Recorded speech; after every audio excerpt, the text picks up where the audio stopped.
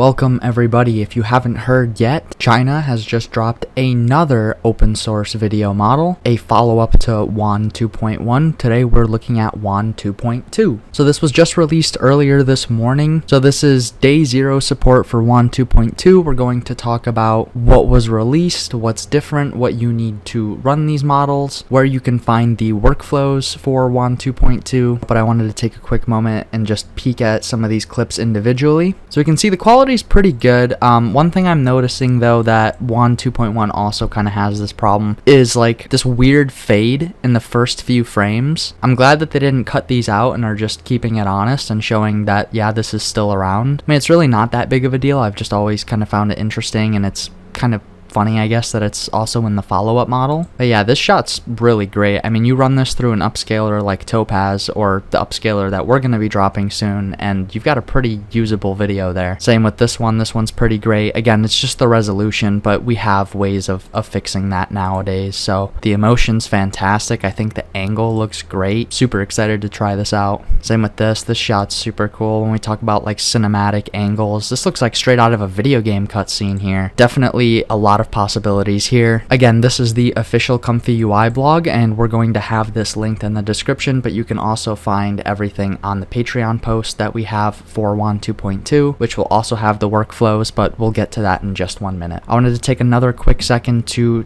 peek at the Hugging Face page. We'll take a look at this chart in just 1 second, but I figured we can talk about the features of the new model. So the key thing here, they're saying that this is a mixture of experts architecture, which is something we've seen lately becoming kind of a trend in the video space. And this is kind of the key statement here. By separating the denoising process cross time steps with specialized powerful expert models, this enlarges the overall model capacity while maintaining the same computational cost. So like I said, we'll take a look at the workflows in a second, but essentially what this means is that you're actually downloading 2 separate models that handle the noise differently. Another kind of great feature that they're claiming is that WAN 2.2 incorporates a meticulously curated aesthetic dataset, which I'm kind of with Matt Vid Pro on this one. I think claims like this are kind of something that remain to be seen by the users and can't really be pinned down by the creators necessarily. So this is more something that we'd have to really test out, but it's great to see that they believe that. And with this follow-up point, it's kind of hard not to believe them.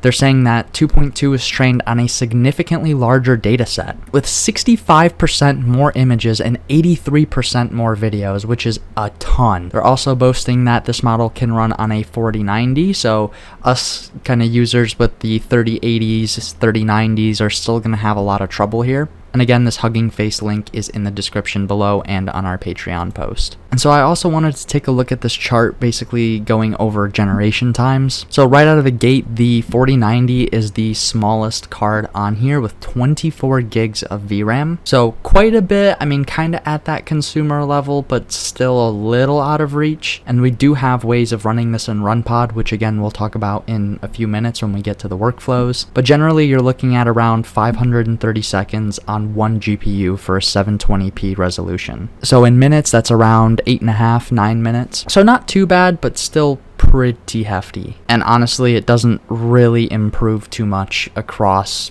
the GPUs. It actually gets particularly worse for the most part. Alright, and now the part you've all been waiting for, we can get to the workflows. So first and foremost, what you're going to want to do is make sure that you go up to your manager at the top right, and then you're going to want to click Update All. Once your Comfy UI has updated, you'll be prompted to restart. Make sure you do that, and then refresh your page. Once you've done that, go ahead to your top left, click on Workflow, and then you're going to click on Browse Templates. And then in Browse Templates, scroll down to Video on the left side, and these first 3 options here are kind of going to be your way to go. We've got the 5B video generation model, the 14B image to video, and then the 14B text to video. So as I mentioned, I'm on 8 gigabytes of VRAM, so I would probably be going with the 5B model, but unfortunately I don't really like doing that, so we are actually going to be running this in Runpod. And coming back to what we found on the Hugging Face documentation about how this model handles noise, this is what you'll kind of see when you open up the workflow. You'll notice that the clip and the VAE are exactly the same. If you already have the WAN 2.1 VAE and the UMT5 XXL clip, you won't be needing to to re-download those again. You can just keep those the same. But for your models, you're actually going to have to download a high noise and a low noise model at 14B. These are about 13 gigs each. So definitely not light, but again, if you're running this in Runpod and you're paying for a network volume, it's really not that big of a deal. They're rather inexpensive for the most part. I did also want to quickly call out that there are quantized models already available for both image to video and text to video, and also for both the high noise and the low noise models, which I think this also presents a really interesting opportunity to mix the quantization levels and see which kind of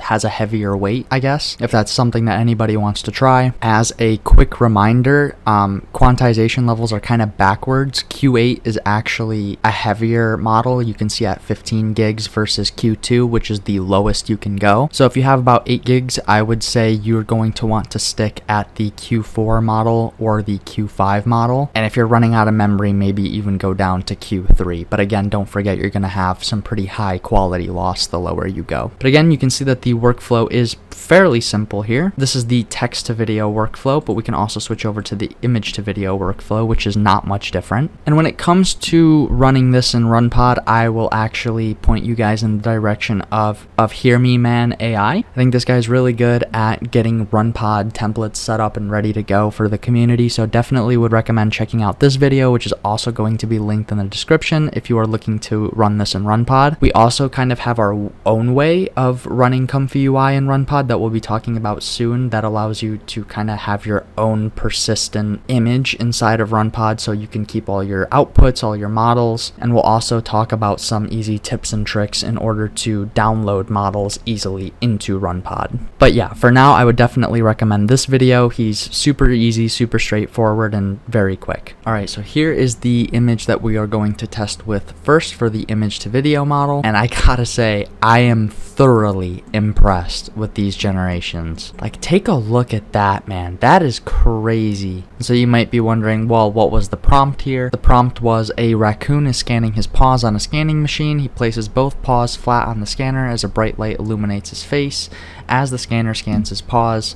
And then some compositional elements. So overall, I'd say it hit it pretty damn close. There's a little weirdness happening here with the top of it, but I can kind of understand it since he's like scratching at the surface, right? I definitely got the light part of the prompt right. That looks great. I will say there's a little bit of weirdness with his fur. I wonder if some upscaling would kind of fix that. But overall, the coherence in this is absolutely insane. This was generated using the full 14B model for both the high and low noise models. This was also generated using Hear Me Man's Runpod template, so shout out to him because this thing is really amazing. I imagine that the template workflows that Comfy UI has to offer wouldn't be necessarily as good as this. They certainly don't have this 60 FPS interpolation, which looks phenomenal. So overall, yeah, I'm super happy with this one. Let's move on to the next. All right, and here is our next loaded image. Very cute pup, butterfly on his nose, and coming back, another fantastic generation. I think we can see a little bit of weirdness there at the end when the butterfly flies away, but maybe that's just a regeneration could solve that. I think the butterfly flying away looks really good. I think it looks a little unnatural, but overall, this is a phenomenal generation. And if you're running this,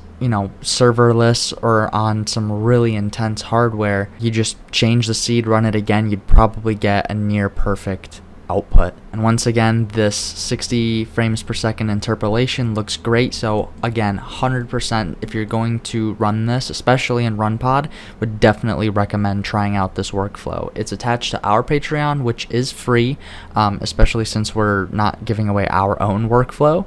So definitely go check out his page, give him some love. This is his workflow, but I just found it extremely useful and figured that you guys would too. But overall, everything is attached to our Patreon. All the links to all the models, a lot of those links will also be below in the description. What do you guys think? Do we think that this is the best open source model out there right now? Is this much better than WAN 2.1 from your guys' testing? Let me know. What do we think? Alright guys, that's going to do it. I will see you in the next one.